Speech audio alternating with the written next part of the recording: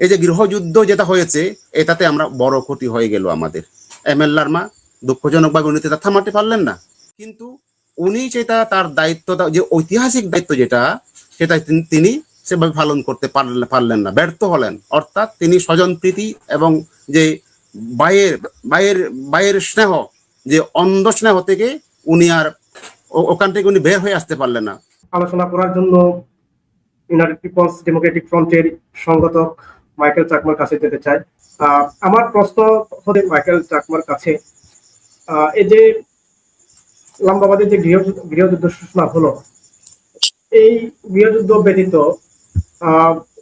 মানবেন্দ্র নারায়ণ লারমার যে পার্বত্য চট্টগ্রামের যে রাজনৈতিক কার্যক্রম বা তার হচ্ছে তিনি যেভাবে হচ্ছে পার্বত্য চট্টগ্রামের নিপীড়িত পাহাড়ি জনগণ বা জন্ম জনগণকে তিনি প্রতিনিধিত্ব করেছিলেন, তার এই অবদানগুলোকে আপনি কিভাবে মূল্যায়ন করবেন? এবং এই যে ব্যক্তিগত সংঘাত যদি না হতো, তখন বর্তমান কিরকম হতো বলে আপনি মনে করেন? উনি যে প্রশ্নটা করেছেন সেটা খুবই গুরুত্বপূর্ণ। পার্বত্য চট্টগ্রামের ইতিহাসের যে ধারাগুলো, যে অতীতের যে ইতিহাসটাকে যদি আমরা বুঝতে যাই, তাহলে আসলে এই সংগ্রামের ইতিহাসটা বুঝতে গেলে এই যে এই ইতিহাসের এই পর্যায়গুলো আমাদের সামনে নিয়ে আসতে হবে। কারণ আমরা না জানি তাহলে কিন্তু আসলে আমরা বর্তমানকেও আমরা বুঝতে পারবো না। যার ফলে ইতিহাস হচ্ছে একটা জাতির শেকড়, ইতিহাসের দিকে আমাদেরকে বারবার ফিরে যেতে হবে। তো আজকে আমি গত 14 জুন আলোচনা করেছিলাম যে আসলে 14 জুন কিভাবে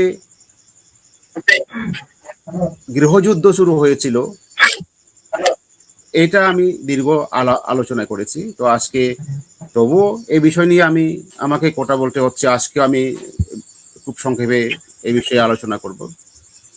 83 সালের যে লাম্বাবাড়ি গৃহযুদ্ধটা কিন্তু পার্বত্য চট্টগ্রামের ইতিহাসে এক বিরাট যে রাজনৈতিক ইতিহাসে তার একটা জায়গা করে নিয়েছে।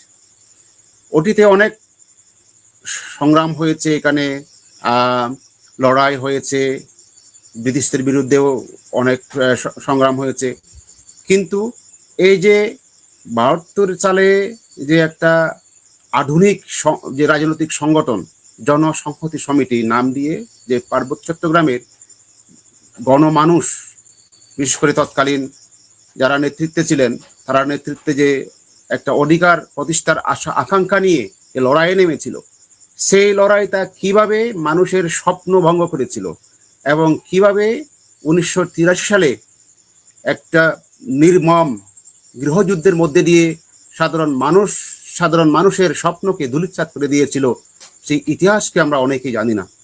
তো আজকে সেই ইতিহাসের দিকে যদি আমরা ফিরে যেতে চাই, সংক্ষেপে বলতে গেলে আমি এভাবেই বলবো যে এখানে সেই গৃহযুদ্ধ যদি না হলে আজকে আমাদের অধিকারের প্রশ্নটা, যে লড়াই সংগ্রামের যে আমাদের যে স্বপ্ন, তা কোথায় গিয়ে দাঁড়াতো, আমাদের আশা আকাঙ্ক্ষার জায়গাতে আমরা কোথায় গিয়ে সেটা আমরা নিয়ে যেতে পারতাম, সেটা কিন্তু আসলে সেটা সত্যিকার অর্থে আমাদের সেটা গভীরভাবে ভেবে দেখা দরকার। আমি মনে করি আপনারা অনেকেই জানেন যে 1972 সালের পরে যে শান্তি বাহিনীর যে ইতিহাসটা সংক্ষেপে যদি আমরা এভাবেই দেখি, আসলে 75 সালের পরে তার সশস্ত্র সংগ্রামে যখন যায়, তখন কিন্তু যে 83-তে গিয়ে সেটা একেবারে বড় ধরনের ধাক্কা খায়। এই যে যেই স্পিরিট নিয়ে, যেই গঠি নিয়ে যে সশস্ত্র সংগ্রাম, যে শান্তি বাহিনীর নেতৃত্বে যে সশস্ত্র সংগ্রাম চলছিল, সেটা 83-তে গিয়ে বড় ধরনের ধাক্কা খায়। এবং সেই এক বলতে গেলে আমাদের জুম্ম জনগণের যে আশা আকাঙ্ক্ষা ছিল অধিকার প্রতিষ্ঠার, সেটা স্বপ্নভঙ্গ হয়ে যায়। সে আশা আকাঙ্ক্ষা ভেঙে চুরমার হয়ে যায়। তৎকালীন সময়ে আরো অন্যান্য আমাদের পার্শ্ববর্তী বিভিন্ন জায়গায় ওই সময়টা আসলে খুবই সংগ্রামের জন্য উর্বর সময় ছিল। বিভিন্ন দেশ স্বাধীন হয়েছে, বাংলাদেশও কিন্তু ওই সময় স্বাধীন হয়েছে 71 সালে। এই দশকটা 70 দশক, 80 দশক, 7 দশক, বিশেষ করে যে ব্রিটিশ শাসনের পরে অনেক দেশ স্বাধীন হয়, তারপরে আরো বাংলাদেশ স্বাধীন হয়, কিন্তু 70 দশকের এই সময়টা কিন্তু খুবই ইম্পর্টেন্ট ছিল। তো ওই সময়ে যে সংগঠন ছিল, এই সংগঠন আমাদের অনেক স্বপ্ন দেখিয়েছে। তো 83 সালে যখন যে আমাদের শান্তি বাহিনীর মধ্যে যে একটা বড় ধরনের সংঘাত হয়, এই সংঘাতটা কিন্তু আমি আরো বলছি যে মানুষের স্বপ্নটা ভেঙে দেয়। এটা যদি আমরা এভাবেই দেখি যে এই যে গৃহযুদ্ধের যে মূল কারণ, আমি গতবারেও বলছিলাম, এটা কেন হলো। আমার আগে আমাদের সহসভাপতি নতুন কুমার চাকমা, উনিও এই বিষয়ে আলোচনা করেছেন। তো এই ক্ষেত্রে যদি আমি দেখি যে আসলে লারমার তো অনেক অবদান ছিল। এম এন লারমার যে ভূমিকা, উনি যেভাবে সংগঠিত করে একটা দল বড় সংগ্রামের পর্যায়ে নিয়ে গেছেন, এবং তার জায়গা থেকে উনি যেভাবে উঠে এসেছেন, এবং ঐতিহাসিক সন্ধিক্ষণে দাঁড়িয়ে উনি যে ভূমিকা নিয়েছেন 71-এর পর, স্বাধীনতার পর, এবং তারও আগে কাপ্তাইবাদের সময় উনি যে ভূমিকা রেখেছেন, এবং 71-এর পর যখন উনি নির্বাচিত হলেন সংসদ সদস্য হিসেবে, উনি যে ভূমিকা রেখেছেন, এটা কিন্তু মানে ইতিহাসের একটা বিরাট স্বর্ণাক করে লেখা থাকবে সমস্ত ঘটনাগুলো। কিন্তু উনি যখন সন্তু লারমা 75-এ গ্রেপ্তার হওয়ার পর একটা পরিস্থিতি সম্পূর্ণ পাল্টে গেল। তখন কিন্তু এম এন লারমার জন্য একটা অগ্নি পরীক্ষা বলা যায় এই সময়টা। এম এন লারমার জন্য, জনসংঘ সমিতির জন্য একটা অগ্নি পরীক্ষা বলা যায়। কারণ এই যে সন্তু লারমার যে গ্রেপ্তার হওয়াটা, 75-এর যে গ্রেপ্তার হওয়াটা, সম্পূর্ণ জনসংহতি সমিতি বা শান্তি বাহিনীর যে আন্দোলনকে সম্পূর্ণ একটা পেছনে টেনে নিয়ে গেছে। কেননা উনি তো মানে ধরা না পড়লেও পারতেন, অর্থাৎ সে এড়িয়ে গেলেও পারতেন। উনি যে কারণে ধরা পড়লেন, তাকে তো অনেক আগেই সতর্ক করে দেওয়া হয়েছিল। উনি ইন্ডিয়া থেকে ফেরার পরপরই তাকে সতর্ক করে দেওয়া হয়েছিল যে আপনি ওই রাস্তা দিয়ে যাবেন না, ওইদিকে গেলে এই লোগাংয়ের একটা ঘটনা ঘটেছে, ওই ঘটনায় পুলিশ আসবে তদন্ত করতে। সুতরাং আপনি ভারত থেকে ফিরেছেন, ভালো কথা, আপনি বাত্তিতে যাবেন। তখন তো বাত্তি ছিল আপনার ওই যে ব্যাচরির দিকে, কমলসুরি ব্যাচরির ওই সাইডে বাত্তি শান্তিবাহিনীর হেডকোয়ার্টার ওখানে ছিল। সন্তু লারমা আসছিলেন পানছড়ি থেকে, তার বাড়ি থেকে বিশ্রাম নিয়ে। তারপরে উনি তো কোটা শুনলেন না, নিজের মতো করে চলে আসলেন রাস্তা দিয়ে, মেন রোড দিয়ে। তারপরে কপিছড়া ব্রিজের উপর যখন উঠলেন, হঠাৎ করে পুলিশের গাড়ি চলে আসলো। তারপরে তাকে ধাওয়া করে, প্রথমে তার সাথে ছিল একজন মহিলা ছিল, তার সাথে মহিলা ছিলেন। তো মহিলাকে সাথে নিয়ে উনার 3 জন ছিলেন, একজন প্রভাত চাকমা, আরেকজন ছিলেন তার সাথে অনিমা চাকমা। দুজনকে পরে প্রথমে ধরলেন, তারপরে সন্তু লারমা যখন একটা পুকুরে জাপ দিলেন, ওই পুকুর থেকে তাকে ধরে নিয়ে যখন বুঝলেন ওই সন্তু লারমা এলো, তারপরে পুলিশ তাকে নিয়ে আছে। তো এভাবে তারপরেও যে জনসংহতি শান্তি বাহিনীর মধ্যে এই নিয়ে অনেক প্রশ্ন, অনেক আলোচনা সমালোচনা হয়েছে। স্বয়ং এম এন লারমাও সেই আলোচনায় তিনিও অংশ নিয়েছিলেন, যে সন্তু লারমা কেন কথা শুনলেন না, তাকে বারণ করা সত্ত্বেও তিনি কেন রাস্তার মানে মেইন রোড দিয়ে হেঁটে যাচ্ছিলেন। এটা কিন্তু সবাইকে অবাক করে দিয়েছিল। কিন্তু ওই যে এম এন লারমা বলেছিলেন যে সন্তু লারমাকে যখন পুলিশ নিয়ে যাবে, যে নৌকায় করে রাঙামাটির দিকে যখন নিয়ে যাবে, তখন মাঝখানে অ্যাম্বুশ করে তাকে অর্থাৎ হামলা করে তাকে চিনিয়ে নেয়া। পরে যখন এম এন লারমাও সেটা নিশ্চয়তা দিতে পারলেন না যে আসলে তাকে চিনিয়ে নেওয়া যাবে কিনা, তারপরে তা বাতিল হয়ে যায়। তা সন্তু লারমাকে যখন নিয়ে যাচ্ছিল, তখন সবাই শুধু দেখে চেয়ে দেখেছিল, আর কিছু করার ছিল না। তারপরে প্রায় দাদা তো বলেছেন 5.5 বছর পর, 4.5 বছর বা 5 বছর কাছাকাছি সময় পর যখন আসলেন, আবার এই যে শুরু হয়ে গেল একটা বড় ধরনের সমস্যা। তারপরে এর মধ্যে কিন্তু আমি বলবো না যে, আমি একথা বলছি না যে বাদী গ্রুপের অর্থাৎ প্রীতি কুমারদের যে কোনো একেবারে তারা দোয়া তুলসী পাতা ছিল, এরকম কিছু না। প্রীতি কুমারদেরও অনেক সীমাবদ্ধতা ছিল, তারাও কিন্তু রাজনৈতিকভাবে অনেক অনেক মানে পশ্চাৎপদ ছিল। তাদের চিন্তায়, তাদের যে রাজনৈতিক ধ্যান ধারণায় অনেক অনেক তাদের লিটারেচার পড়লে তাদের লেখা যা পড়া যায় এটুকু বলা যায় যে তাদের মধ্যে এরকম তেমন কিছু বেশি রাজনৈতিক ইয়ে ছিল না। তো যাই হোক, এই যে গৃহযুদ্ধ যেটা হয়েছে এটাতে আমরা বড় ক্ষতি হয়ে গেল আমাদের। এমএল লারমা দুঃখজনকভাবে উনি তা থামাতে পারলেন না। এটা আমি গতবারেও বলেছি, নতুন করে আমি আর এই রিপিট করে সময় নষ্ট হতে চাই না। তাহলে আমি বলবো যে আসলে এই গৃহযুদ্ধটা যদি সংগঠিত না হতো, অর্থাৎ এমএল লারমা উনি যদি সেটা থামাতে পারতেন, তাহলে কিন্তু এটা আমাদের সংগ্রামটা আরো অনেক দূর সংগঠিতভাবে আমরা সম্মিলিতভাবে আমরা ঐক্যবদ্ধভাবে আমরা নিয়ে যেতে পারতাম। কারণ সেই সুযোগ তো এমএল লারমার ছিল। তাকে সবাই নেতা মানে, বাডি গ্রুপের তারাও মানে, আর লাম্বা গ্রুপ যারা সন্তু লারমারা তারা তো অবশ্যই মানে। কিন্তু উনি যেটা তার দায়িত্বটা, যে ঐতিহাসিক দায়িত্ব যেটা, সেটা তিনি সেভাবে পালন করতে পারলেন না, ব্যর্থ হলেন। অর্থাৎ তিনি স্বজনপ্রীতি এবং যে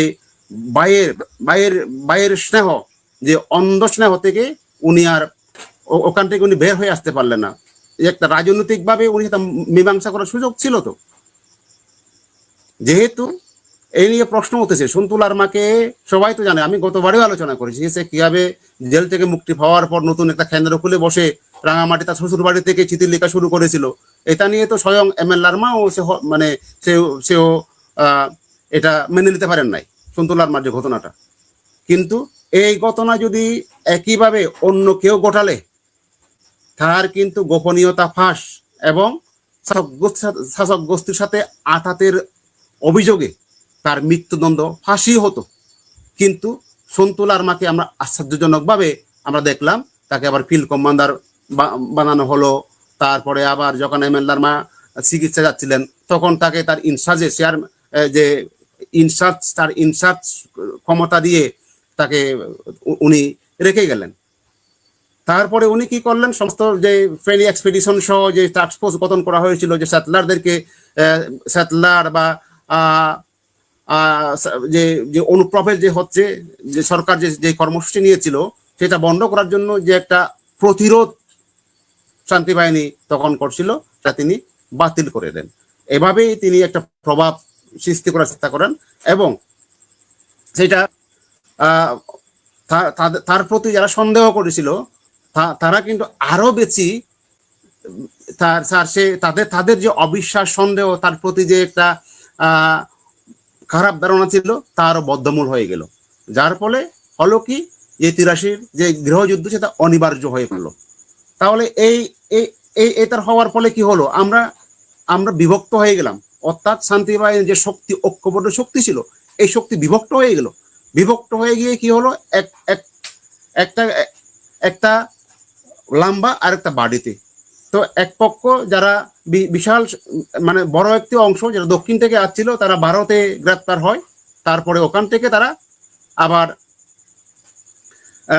আর বিরাট একটি অংশ, প্রায় 233 জন রাঙামাটিতে সারেন্ডার করে সরকারের হাতে তাদের অস্ত্র, তাদের যে সমস্ত শক্তি তারা তুলে দিল।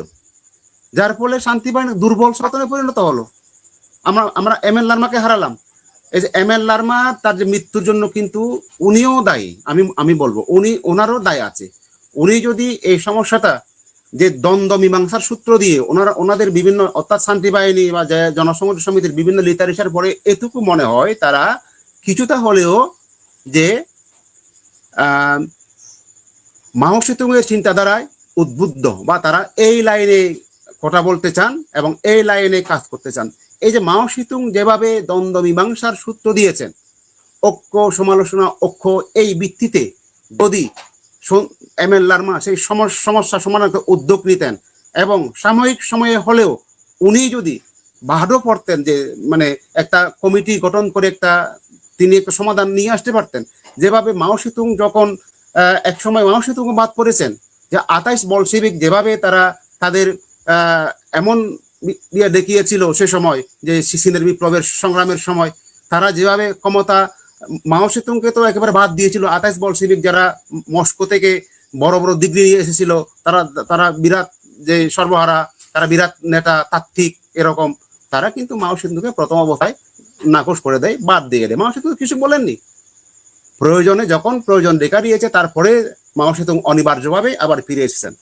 তাহলে যেহেতু সন্তুল আর্মা জনসংহতি সমিতির বা শান্তি বাহিনীর লিটারেচার বা তাদের যে বিভিন্ন বক্তব্য বিবৃতিতে যেটুকু পাওয়া যায় তারা কিন্তু মাও সেতুং এর তত্ত্বে বিশ্বাস করেন, সেহেতু এম.এল. লারমার সেইভাবে ওনারও একটা অবস্থান নেয়ার সুযোগ ছিল এই দ্বন্দ্ব মীমাংসার জন্য। প্রয়োজনে যখন একটা সময় তো সত্য মিথ্যা অবশ্যই সবার সামনে চলে আসতো, মানুষ বুঝতো আসলে কোন জায়গায় ভুলটা ছিল। তারপরে অনিবার্যভাবে যদি এমনও হয় যে এম.এল. লারমার অবশ্যই দরকার এবং তার চিন্তাটাই সঠিক, তাহলে তিনি আবার অনিবার্যভাবে শান্তি বাহিনীতে ফিরে আসতে পারতেন, ক্ষমতার ফিরে আসতে পারতেন। কিন্তু তিনি ওইটা না করে কিন্তু যেটা করলেন যে মানে একেবারে ধ্বংসাত্মক পথ বেছে নিলেন। আমরা যেটুকু লিটারেচার পরে যেটুকু জানি, তাহলে এটাতেই বুঝতে পারি যে আসলে এই যে 83 সংঘাতে যে লাম্বাবাড়ি যুদ্ধে, গৃহযুদ্ধে কিন্তু এম.এল. লারমার অবশ্যই তার সম্মতি ছিল এবং তারা নিজেরাই তারা পরিকল্পনা করে এই বিষয়গুলো তারা সাজিয়েছিল, যার ফলে আমরা 83 গৃহযুদ্ধের কারণে দুর্বল হয়ে গেলাম। এরপরে দেখা গেল সন্তুল আর্মা ক্ষমতায় আসলেন, তারপরে তিনি আর কোনো যুদ্ধ করলেন না, তিনি বসে বসে থাকলেন।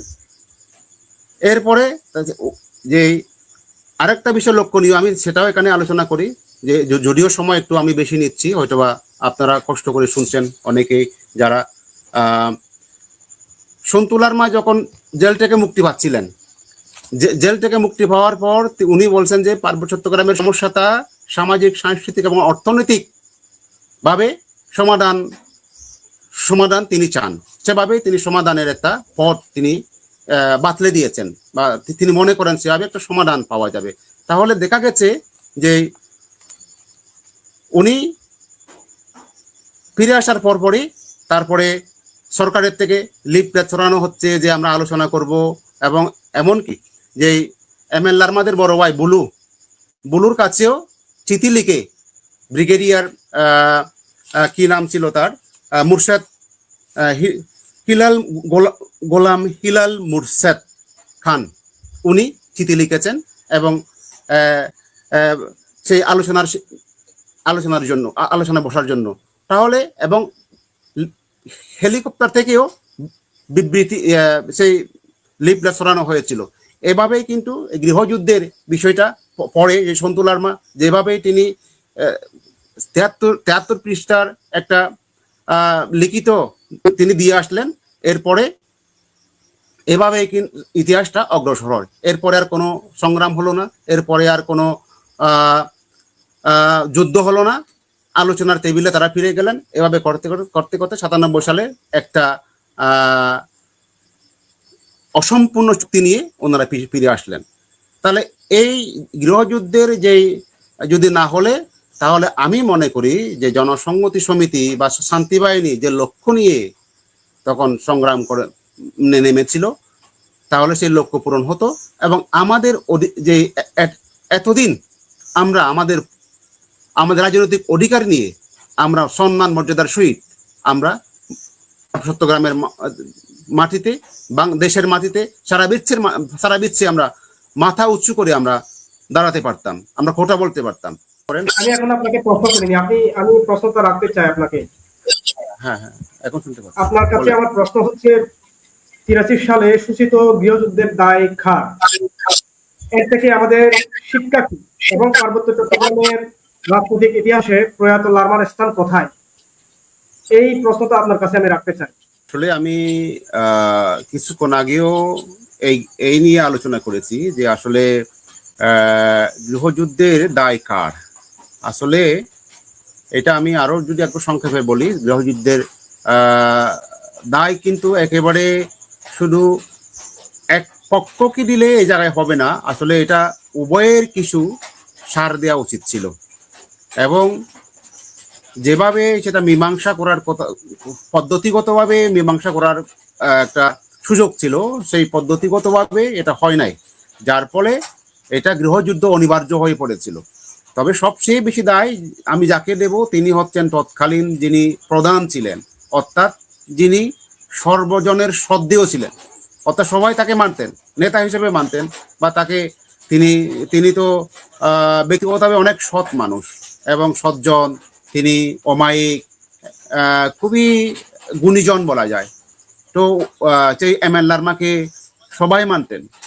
তো উনি দুঃখজনকভাবে, আমি আরও রিপিট করছি, উনি যে পদক্ষেপটা নিয়েছেন এটাই হচ্ছে সেই তাদেরকে দায় দেওয়া যায়। আমি যেটা বলছি, উনি যে প্রক্রিয়ায় এটা মীমাংসা করার কথা ছিল, সমাধান করার কথা ছিল, সেই প্রক্রিয়ায় উনি সমাধান করতে ব্যর্থ হয়েছেন। অর্থাৎ সংক্ষেপে বলতে গেলে উনি স্বজনপ্রীতি বা যে আত্মীয়তার যে সম্পর্ক, যে ভাইয়ের যে সম্পর্ক, সেই জায়গা থেকে উনি উঠতে পারেননি।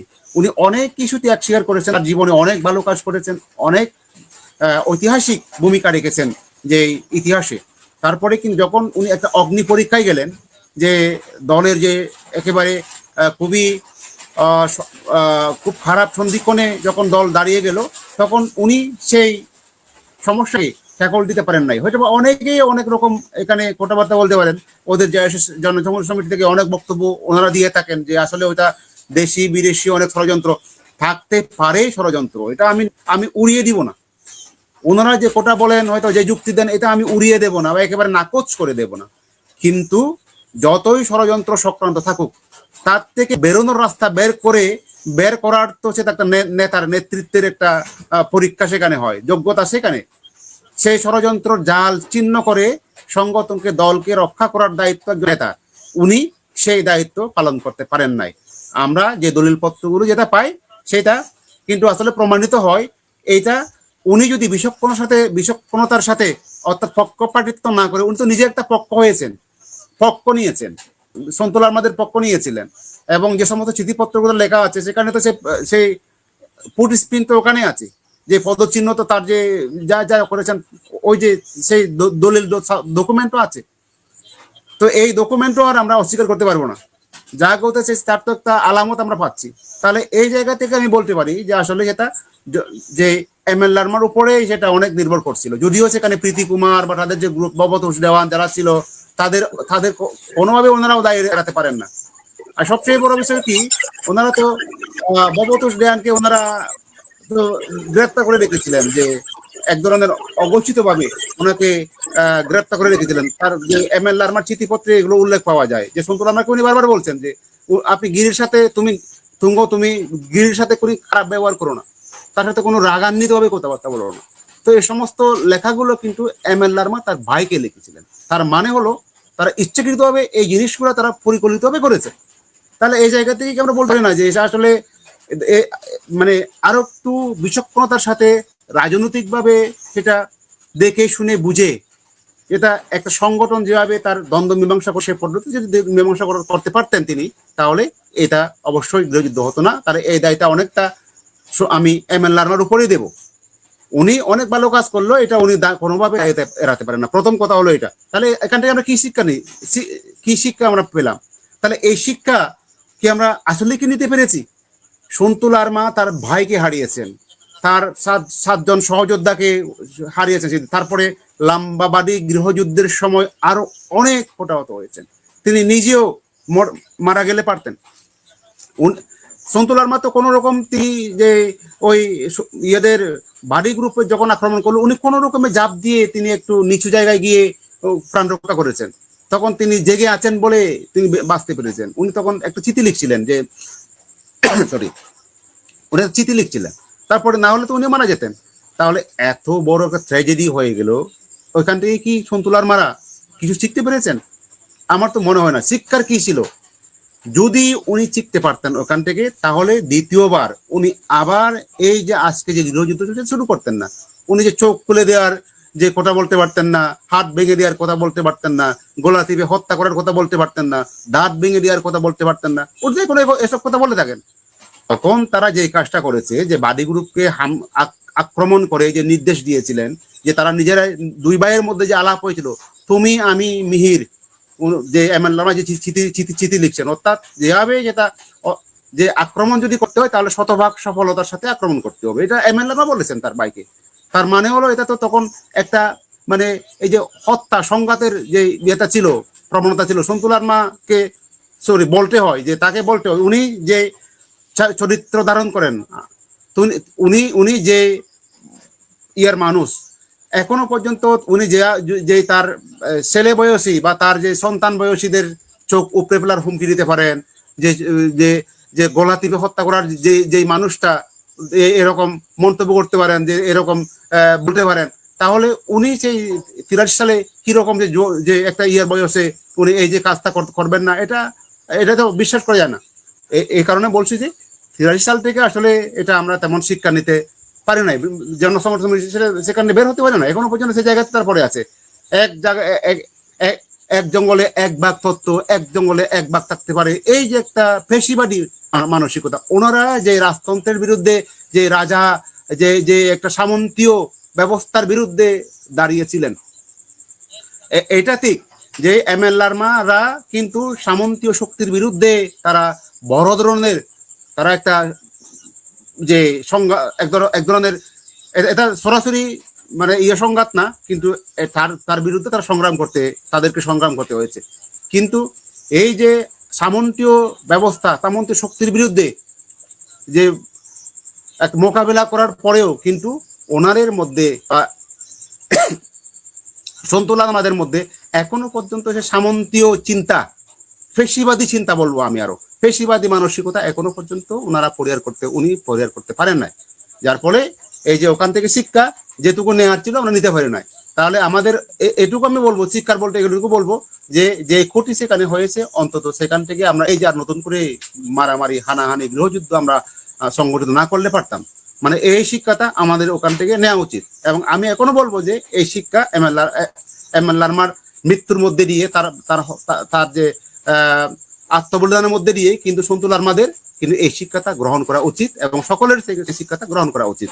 আর যদি আমি বলি যে আপনি আরো যেটা বলেছেন যে রাজনৈতিক ইতিহাসে লারমার অবস্থান কোথায় হবে, এখন এমএল লারমার প্রতি আমি শত শ্রদ্ধা আমি জানাই এবং তার প্রতি আমার অনেক অনেক, তার প্রতি আমার যে ইয়ে জানাই কৃতজ্ঞতা, এবং তার প্রতি তিনি যে সমস্ত কাজ করেছেন। এই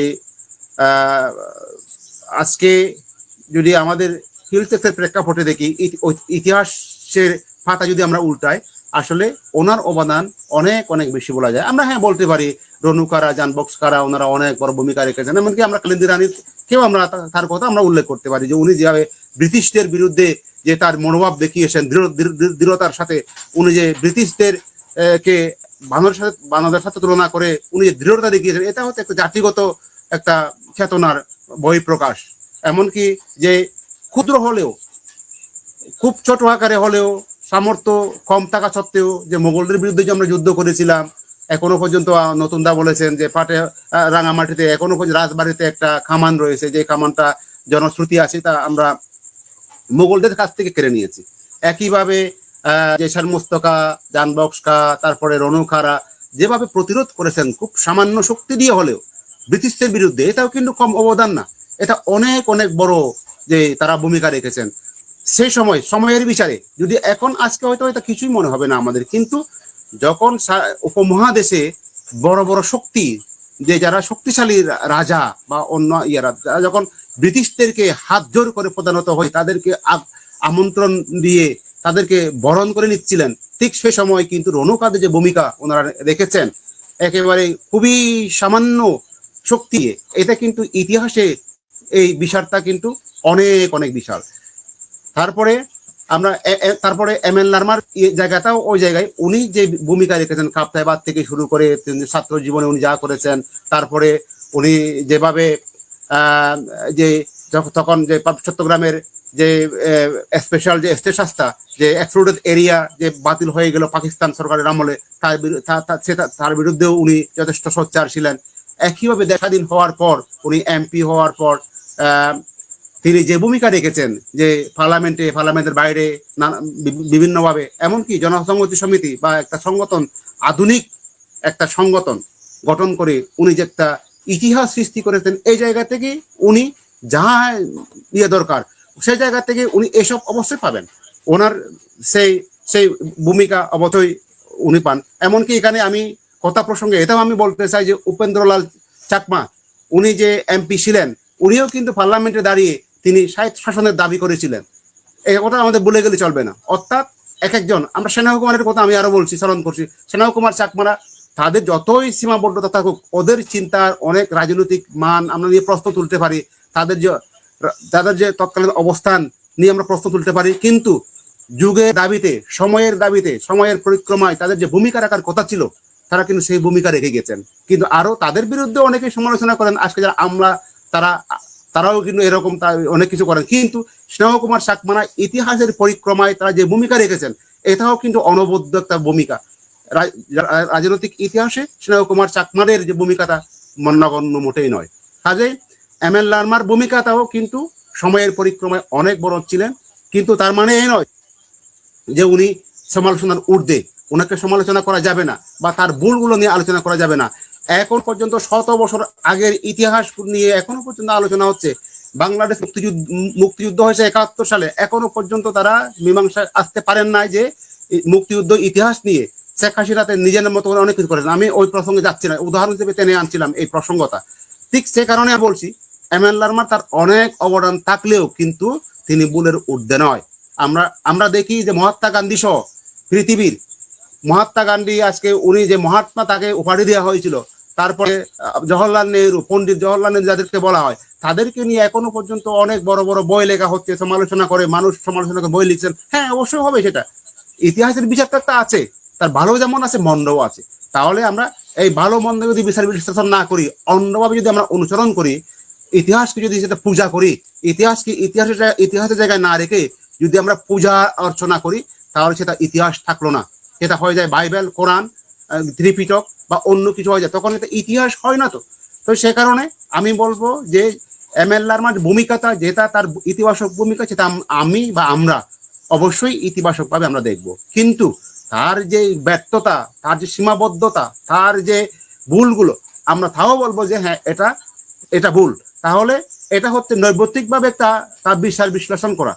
তাহলে এই জায়গা থেকে আমি শুধু এম এল লারমাকে বলছি না, আরো রিপিট করছি আমি, এই ক্ষেত্রে যে প্রীতি কুমারদের, তাদেরও ক্ষমতার উচ্চাবিলাস ছিল। প্রীতি কুমারদের একেবারে নির্ভুল, তারা তুলসী পাতা এরকম তো না। প্রীতি কুমারদেরও ক্ষমতার উচ্চাবিলাস ছিল। তারা যেভাবে যে সমঝোতা হওয়ার পর, চুক্তি হওয়ার পর, যখন আগরতলায় বসে তারা মীমাংসায় গিয়েছিল, যে চুক্তি একটা উভয় বোঝাপড়ায় গিয়েছিল, যে এরপর থেকে তারা আবার, বেশি করে 14 জুনের পর যখন তারা আলোচনায় বসে ঠিক করলেন যে এরপরে আর হবে না, বিভিন্ন শর্ত সাপেক্ষে তারা কয়েকটা শর্ত নিয়ে তারা সেখানে ঐক্যবদ্ধ হয়েছিলেন। কিন্তু তারপরে আবার প্রীতি কুমাররা একটা গোপনে সেটা, সেই চুক্তিটা ভঙ্গ করে এম এল লারমার উপর আক্রমণ করলেন, বা বাড়তিতে আক্রমণ করে এম এল লারমা সহ যাদেরকে হত্যা করেছেন। এটা হচ্ছে সবচেয়ে বড় ভুল প্রীতি কুমারদের।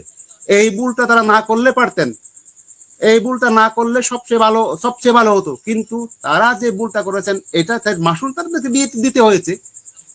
এর ইতিহাস তো তাদেরকেও ক্ষমা করে নাই, এম এল লারমাকে তারা হত্যা করেছেন, এটাও কিন্তু তাদেরকে ক্ষমা করে না। যার ফলে ইতিহাসকে আমরা যদি নির্মোহভাবে বিশ্লেষণ করি, তাহলে এক্ষেত্রে আমরা কিন্তু একেবারে আমরা সেইভাবেই দেখি যে যার প্রাপ্য তাকে আমরা দিতে আমাদের কোনো কুণ্ঠাবোধ আমরা করবো না। এটাও ঠিক, প্রীতি কুমারদের ভূমিকাও কিন্তু ছিল জয়াশাসের ক্ষেত্রে, তাদের ভূমিকাও কিন্তু আমরা কোনোভাবে খাটো করে দেখি না।